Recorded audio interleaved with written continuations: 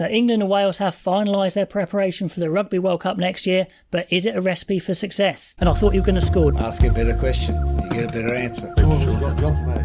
Hi guys, welcome back. Let's do a deep dive into these World Cup warm-up fixtures.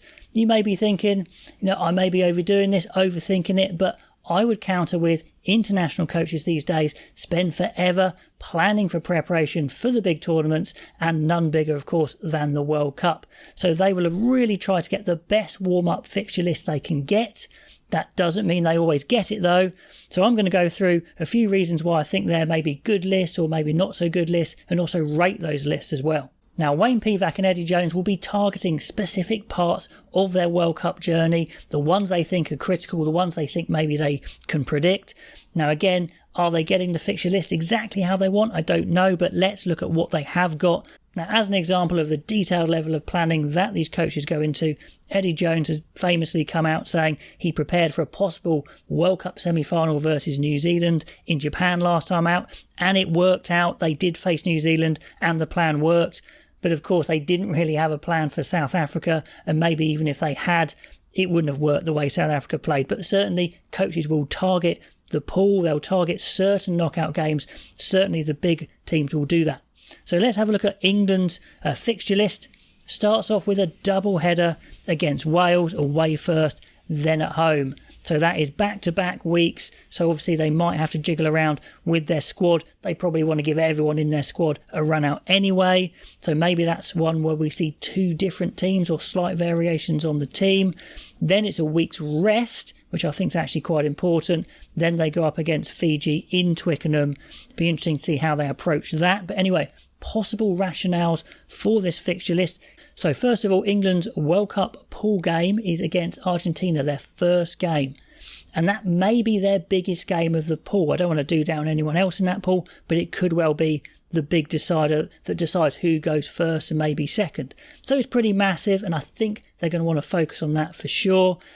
Now, I know it's not a perfect comparison between countries, the way they play, personnel, but I think Wales is actually a pretty good match for Argentina, what they may bring.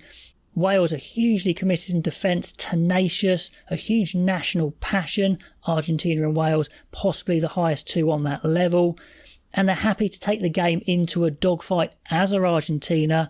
Sure, they can open up the game. Wales have got some great wide play as well, but they're very happy to grind first and get that field position, keep the scoreboard close. So I think it's a pretty good matchup for Argentina, playing Wales first of all.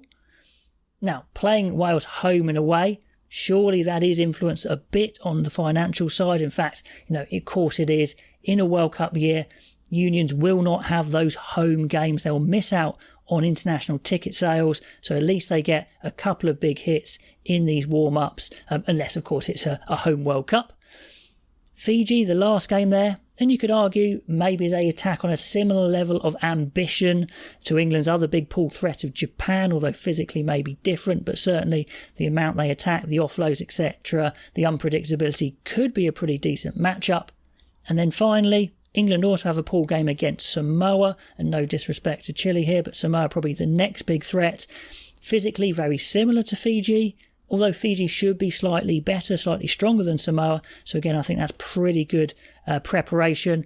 Also, I quite like the fact that you start with two really hard games. Fiji are obviously going to be very good, but world rankings wise, they might not be as good as Wales, and certainly you expect Fiji to get better as a World Cup progresses, because it's one of the times, or the only time, they can have time together, but I don't think they're going to be as good as they would do in the World Cup in these warm-up games. So I quite like the way they do that, and I also like the rest week. It means they can get as many players fit as possible, so they can play almost exactly the sort of team they want against Fiji, rather than just reacting to injuries. Also, quarterfinals. I think England will be looking into the quarterfinals, and I think there's a great chance, of course, their opposition in those quarterfinals could be Wales. C and D, the pool C and D kind of play each other, winners and runners up, etc. So there's a couple of permutations there. So yeah, absolutely could be Wales, maybe 50-50 you'd say. Now the other team England are likely to play in the quarterfinals, if it's not Wales, is Australia. They're not playing them in the autumn of 2022, but of course they did play them 3 times in the summer of 2022. So I don't think that's going to be too much of a problem, as in knowing what they're coming up against. Looking at the way that the World Cup draw has fallen, that top half, A and B, pools A and B, has got probably the strongest teams in it. So it's really hard to guess if England got through the quarterfinal, what their semi-final opposition would be. I mean, it's probably going to be one of New Zealand, France, South Africa or Ireland.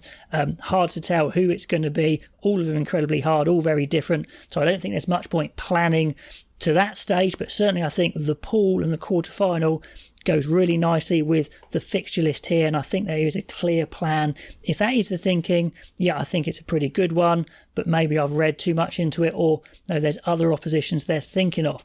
Anyway, the way I see it, I give it a 4 out of 5 on a warm-up rating. I think it gets them really ready for the pool from the off with that game with Argentina and going into a possible quarter, maybe against Wales. Now let's have a look at Wales's fixture list, and of course similar to England's because they're playing them starting at home, then playing away back to back. Then, I would say you then maybe want to have a week off, which they haven't had. And also I'd probably want to finish, like I mentioned just previously, with a team slightly lower in the rankings than you, but is similar to one of the teams you're playing. So maybe you can get, a lot out on the field. You can practice a lot of things and maybe get a win under your belt. But I've said this before with whoever organises or confirms the Welsh fixtures, they're a bit of a sadist in the past. They've gone for crazy hard fixtures. I'm not saying it's a bad thing particularly, but personally, I don't like it. They're coming with South Africa again. So 2 big games against England back to back and then no week off. They go straight into South Africa. Ouch. I'm going to tell you my thoughts on it, but you may think slightly differently. Anyway, now obviously it's good preparation if they face England in the quarterfinals, as I mentioned for England, vice versa. But then playing South Africa on the 3rd week on the bounce, I don't like it at all. Injury-wise, just physical attrition, even if you're not injured, just that bruising, that soreness. I mean, it's going to be super tough on them. They have an extra week after, I guess, to recover compared to, say, England. But I don't really even see a chance of them particularly meeting South Africa until at least the semis, if not at all. So I don't really see the advantage there. Also, I don't particularly see an advantage in the style of play they're going to meet in their pool, particularly when playing against the box. I mean, apart from Georgia, who may be similar-ish, you could argue, and they shouldn't really have a problem with Georgia, I don't see it helping playing the box. The teams I think they should be preparing themselves to face are Australia or Fiji in their really tough World Cup pool, but I don't see England or South Africa particularly copying the way these guys play at all. So I don't like it, to be honest. And even if there was a reason to play South Africa specifically, like I said, they've just played 3 times in a row. It's going to pack out the Principality Stadium, and dare I say, it's a lot to do with money. Was the deal made a long time ago? Well, we'll come and tour you. You come and play us in a World Cup warm-up. I don't know. On the positive, Wales are going to be battle-hardened. They're going to have 3 very tough games. They will have had to have used everyone because there's no rest week.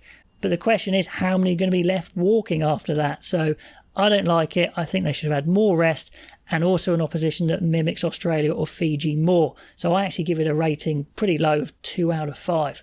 Anyway, guys, that's my take on the warm-up fixtures for England and Wales. Let me know what you think in the comments below, and I'll catch you next time.